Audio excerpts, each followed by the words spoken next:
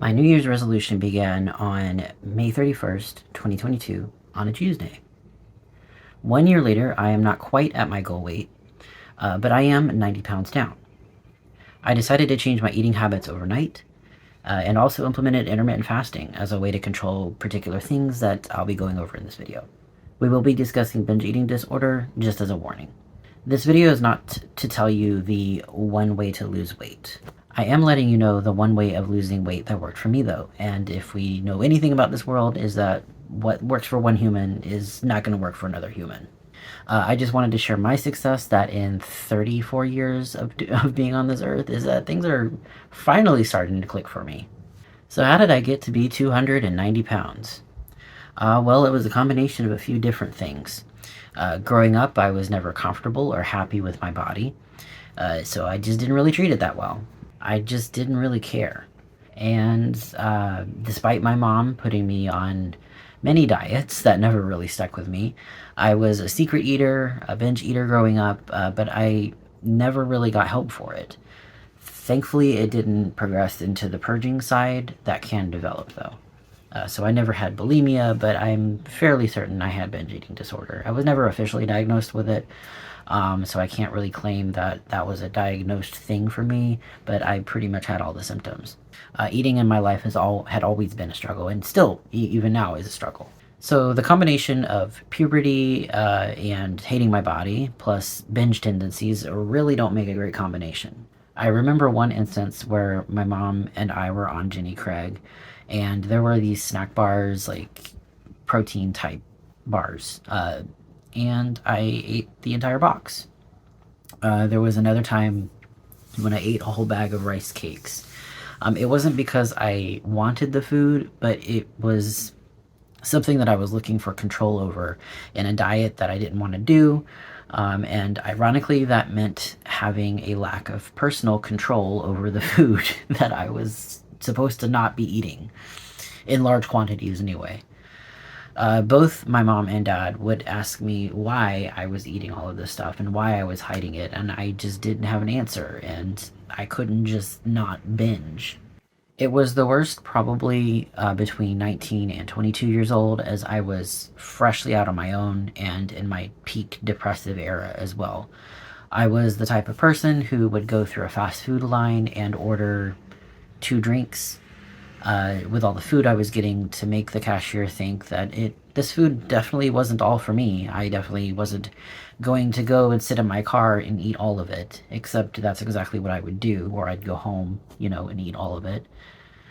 The key to everything clicking for me was intermittent fasting, or IF, as I'll refer to it.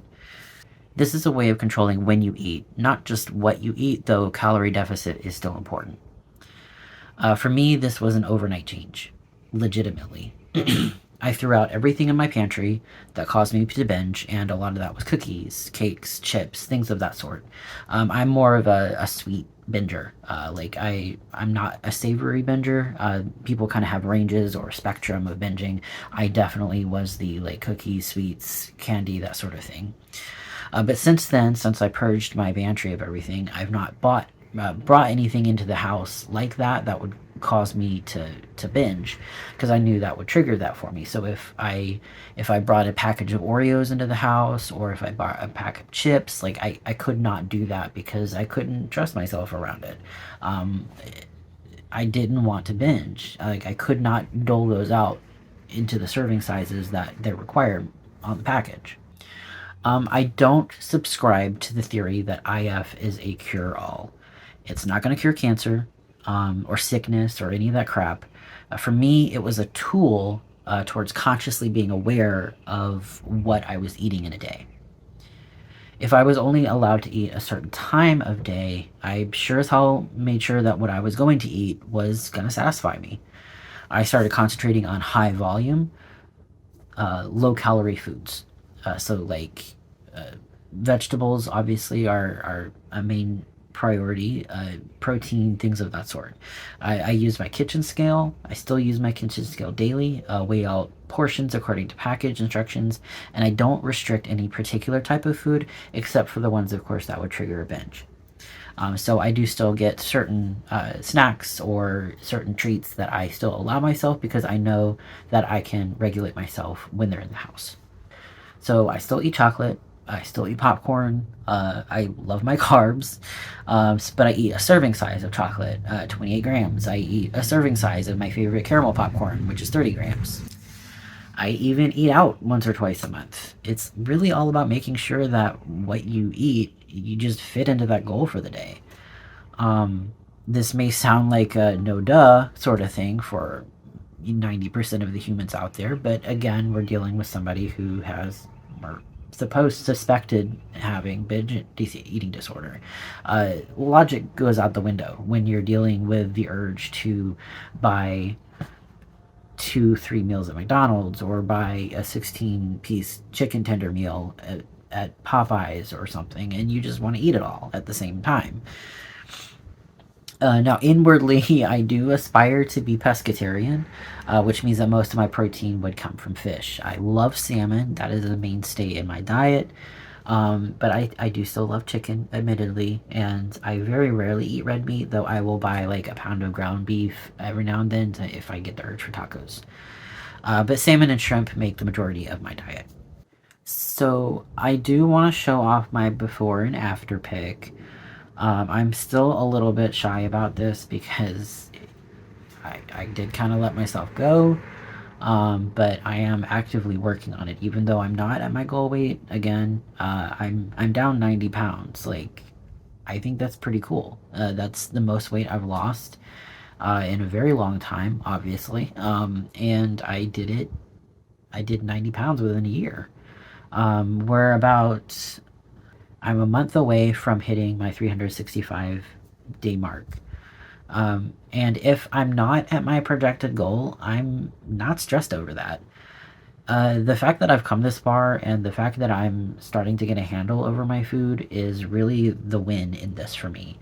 Even though the weight loss is nice, it's really just about the relationship with the food, the changing relationship with food that I discovered throughout all of this. So I really kind of just wanted to make this video to help somebody out there who might be going through a weight loss journey or might be struggling with something to try, or might be just looking up things on intermittent fasting. I am not the expert on intermittent fasting. There are a lot of places that you can go to look up things, but again, I don't aspire to the belief that IF cures everything. It's not going to cure everything. I just think that it was a really great tool for me to use to be able to kind of control what I was eating and when I was eating it. Again, this might be a no-brainer for a lot of people, but these are things that myself I have to think about what I still bring into the house, what I'm still making during the week. I do a lot of meal prepping as well. That does help a lot, so I can kind of plan out my meals for the week, and I do switch them up. I do really enjoy cooking. I enjoy baking as well. I've been finding that I can bake stuff and have something sweet in the house, but also not eat all of it. I can take a portion of it to my friend's house and be like, hey, here's some cake I made. Please take a lot of it because otherwise I will eat it all. But it's really fun to share baked goods and share the joy of cooking with other people. So I kind of just wanted to post this video as a sort of life update to the three of you who might care. Also for family members who might see this kind of thing. But hey, I'm alive, I'm doing well, and I'm losing weight. So yeah, I hope that everyone's enjoyed this short little video. Sorry that it might be kind of boring for some people who might run across it, but it is what it is. So thanks and bye.